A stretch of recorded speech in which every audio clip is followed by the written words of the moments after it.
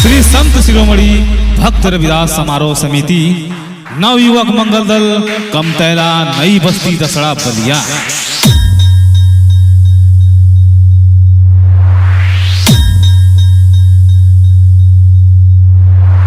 श्री संत शिरोमणि भक्त रविदास समारोह समिति नवयुवक मंगल दल कमतैला नई बस्ती रसड़ा बलिया आप सभी का हार्दिक स्वागत एवं अभिनंदन करता है और करती रहेगी।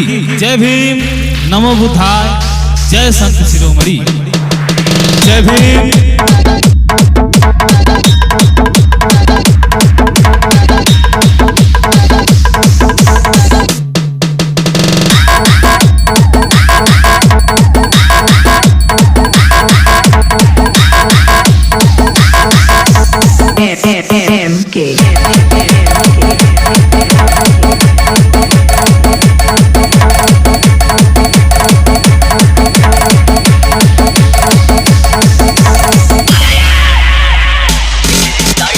संत शिरोमणि भक्त रविदास समारोह समिति के अध्यक्ष हैं अविनाश कुमार, उपाध्यक्ष हैं ऋषि कुमार, कोषाध्यक्ष हैं ब्रजेश कुमार, सूचना मंत्री हैं हिमांशु कुमार, रक्षा मंत्री हैं मुलायम कुमार उर्फ अजीत।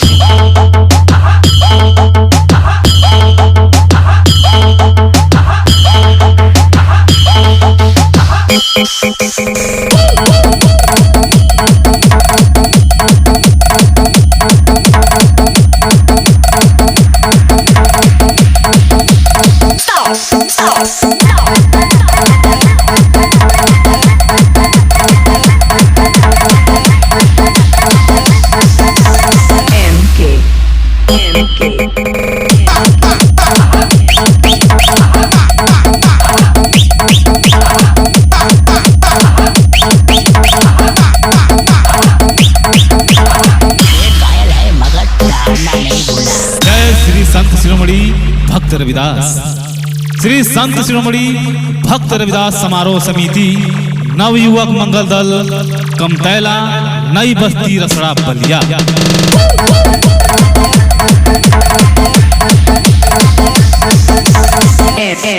MK